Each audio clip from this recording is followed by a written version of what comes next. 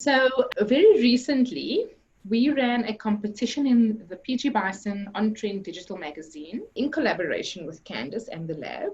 It was indeed very successful.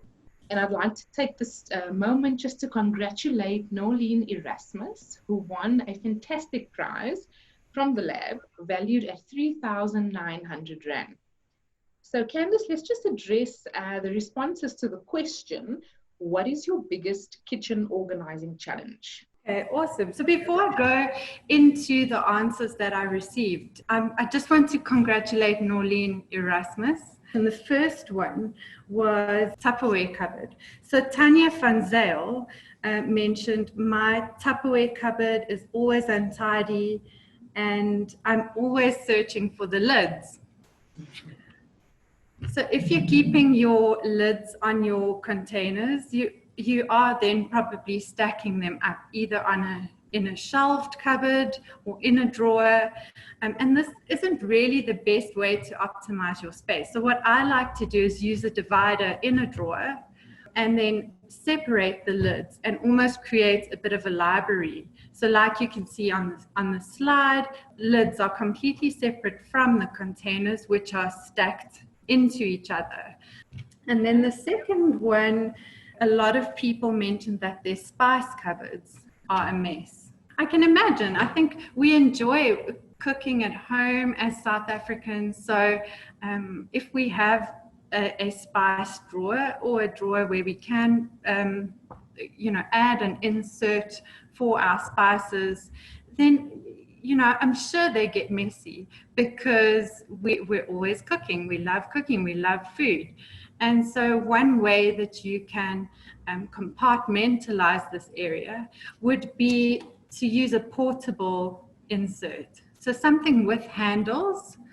And I quite like this insert that I use often. And so you can take it out of the drawer or the cupboard, put it next to your hob, and then use your spices as you wish, or take it out to the braai area, which is great. And then you can also see at the bottom here, bottom left, I've got your oil bottles nicely organized there. So any sort of division you can find is going to make your life way better in that area. Dry ingredients and pantry storage. So Guguletu Mfene mentioned that her pasta, rice, cereals, flour, samp is terrible, and then she had an unhappy face. One idea is to, again, find a container that's going to fit your cupboard or your drawer or your shelf, and then decant as far as possible, and use a scoop like I have here for one of my clients. You can see I've used these containers. They have lids and I neatly labeled everything, which is great. And this was actually in her cooking area. So right next to her hob, she uses her rice, flour, beans, samp, millie meal every single day. So it was important for that not to be in the pantry, which was a little bit far away, but close to where she was cooking. And like I say, these containers made a huge difference. The last one was organizing your knives and larger spoons. And again, an unhappy face, shame. So this drawer is a huge issue for a lot of people. I think the main thing is to store your knives safely, really. Because if you have a mess like that, I'm going to go back to that slide, and you're looking for your knife, that really sharp cleaver, it's dangerous, especially if you have kids in the home. And even if you don't, I mean, scratching through that is a hazard.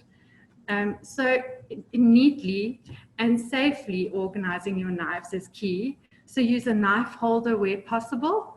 And then I think I have another example here of how I've stacked the knives in a divider. So stack them neatly in a section of the drawer. Fab. Well, I think then that's it. Thank you very, very much. I'd like to say thanks for spending some time with us and chatting about what you're so passionate about, and we really appreciate it. And thank you to all the attendees for joining us, for being here today and listening to this webinar. Like I said, we will be, within the next week, posting a link. So if anybody else, what you want your colleagues to have a look at it or whatever, it will be available. All content will be out there. And then stay tuned. We are actually hoping to have our next webinar in September, where we will be talking to the guys from CompuSoft and discussing our own kitchen design tool, and just sort of talking through if people are finding any, sort of stumbling blocks or challenges in using it. We'll be talking with them to see how and what to do in that whole program. Leanne, I think anything from your side? That's a wrap. Thank you. Thank you to Candice.